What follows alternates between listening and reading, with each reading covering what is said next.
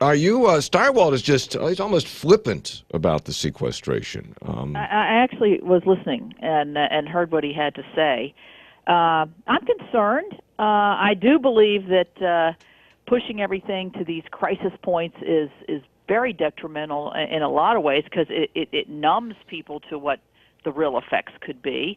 But I think that there's been a lot of kind of over-the-top verbiage, particularly from the president, in terms of what could happen on safety and all these kinds of things. That I think he uses exaggeration points to sort of prod Congress into action. But if we don't, he doesn't seem to want to get into the issue of cutting, and here we are. Well, if it is an attempt to prod to action, then there should be some action. I mean, there should be talks. There should be key people should be right now like, wow, we met till 3 in the morning and we're going to meet again at 7 this morning. I mean, that should be going on if, in fact, it's as big a deal as he and some others say it is. Agreed. And I would point out, and I'm sure you know this, but the House of Representatives has sent 2 bills to the Senate that would replace these cuts with more targeted cuts.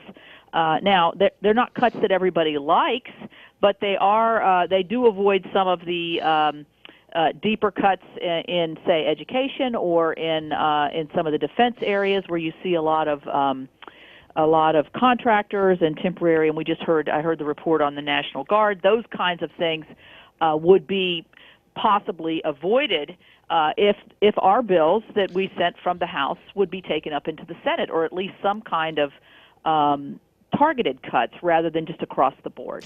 So it's not like nothing's been done. There's been no action in the Senate on it. I believe the Senate is going to act on it today. And I'm like you. I hope these discussions are going on behind the scenes. I can't tell you whether they are or not. They're certainly not calling me, but hopefully they're talking with the leaders. Congresswoman Shelley Moore Capito is with us, Republican 2nd District. So let's say that, and a lot of the stories have been kind of doomsday-ish stories, that if something does not get worked out and sequestrated, the automatic cuts do kick in. Do you know, are you getting calls, are you getting briefed on how West Virginia in particular would be affected? As you said, we just heard a story about the National Guard. What would it mean in the day-to-day? Do you know? Well, I think, in terms of what should have been occurring, this has been on the books for a year and a half.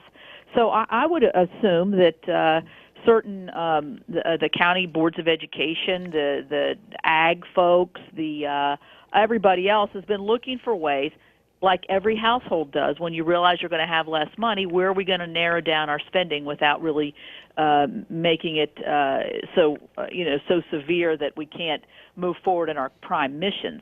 I would hope that some of those doomsday scenarios have already been addressed. I mean, the president put out last night what's going to happen in West Virginia, but I think at the same time we need to. I'm not hearing deluge right now from boards of ed, et cetera, about what they see as the doomsday scenario. I'm sure we will, but I think there's also, like I said, there's a numbing of people, and I think people think that we're going to eventually work this out, which is what Chris Steigerwald said, and I think that still remains a possibility. But I think the president's got to come to the table, along with the leadership in the House and the Senate, to move this forward. And right now, it looks like he's going around the country. And we're in Washington. We're going to be in Washington starting today, trying to solve this problem.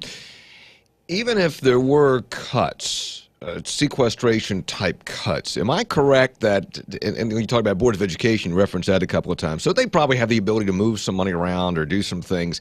And then at some point, if you restored the cuts, the money would still come through, right? I mean, it's not as though the money is gone forever.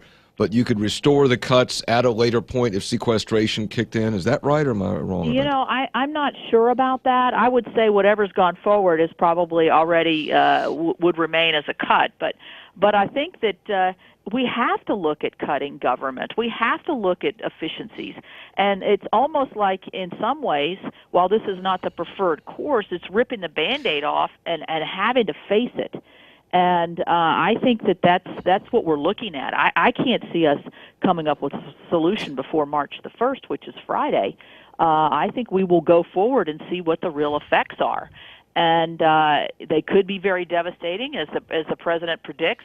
They're supposed to be much more gradual. And, like you said, some agencies and some beneficiaries of the federal dollars have probably made contingency plans to try to deal with this. The and you're going to get the blame, right? I mean, by I mean the Republican Congress. Is the Congress going to get the blame? Is the president good enough at what he does to say, I got a plan and I don't want, and it's your fault? I mean, is this all about who gets the blame? I think the blame game is overplayed, and I think American people don't care who gets the blame. I think the Republican Congress gets the blame for everything. I think I said on your show the other day that, in a family, one of the children always gets the blame. Same, I had that scenario in my family. Well, the Republican Congress always gets the blame. The president came up with this concept of sequestration. This was his idea a year and a half ago. He seems to, very skillfully be able to walk his way out of it and bring it back to it's all about tax cuts for the wealthy. I mean, that's what he's talking about again. And I think that argument rings hollow to a lot of people because $600 billion were just raised in taxes less than 2 months ago. He did get that. But what about this? And the Simpson Bulls have come out with a short-term plan. We know about their long-term plan. They come out with a short-term plan. And part of their short-term fix, and I look to them for some sort of impartial logic, is to close tax loopholes and carve-outs and giveaways and credits and those kinds of things, along with cutting spending and along with doing some things for Medicaid, Medicare in the short term. I mean, if we're going to be responsible, shouldn't Republicans at some point, and I know that you didn't like the tax increase, no conservative did, but shouldn't you get on board with, okay, let's do tax reform and let's start collecting some of this money that we're not collecting because of how the tax code's been manipulated? Well, I am absolutely on board with tax reform, and this is being worked through the committees now. And I believe that Simpson Bowles' plan had wiping out all of any kind of special instant tax loopholes, which are charitable deductions, mortgage interest deductions. Some of these hit very broad to a lot of taxpayers, along with the jets and the Hollywood producers and all those kinds of things that seem to catch more of the attention of the news media. But yes, I think we need to go in this direction, but we don't need to piecemeal that. We need to make that part of a comprehensive look, and then I think that's when you can look at making our corporate tax rate more competitive globally. That's what Simpson Bowles recommends as well, because we now have the highest tax rate.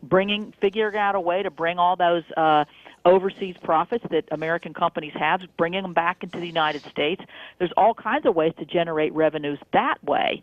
But, now he's saying all of a sudden it's oil and gas. He just picks these, flashpoints that are everybody's negative on to make his point rather than let's look at a comprehensive plan. A tax reform has to be done, should be done. It should be more fair. I'm in favor of it, and I think we'll get to it towards the end of the year. I tell you, and again, not to belabor the point, which is what I do, but I mean, in talking to Steigerwald, I said, this is all getting, at least to me, and maybe to the American public too, that watching the news and listening to the news, it's all getting very tiresome. And I don't know. I look at it from a nonpartisan, that part, a nonpartisan standpoint. Look, fix, get the thing headed in the right direction. You don't have to fix everything, and you don't have to make it all be perfect, but. For goodness sake, I mean, at least get the thing headed in the right direction. I agree, and I don't think you're alone here. I mean, during the campaign, that is basically what I heard. Get rid of the partisanship, drop it, and fix the problems. And you're absolutely right, because we have huge looming issues coming up with Social Security and Medicare. The health care plan is coming into effect 2014, and there's just gobs of questions surrounding that. And these are the things that are really going to hit people in their day-to-day life, and that's what people are concerned about. And, we're going to go up $4 gasoline. That is really a blow to a lot of folks here in West Virginia who have to travel to work and depend on their cars to get where they need to go. These are the problems people want to see us solve. These other things and all the bickering is tiresome, and that's why I think, we need to, you're right, what you said in the beginning, sit down at the table, hash this out, make some compromises, and move on.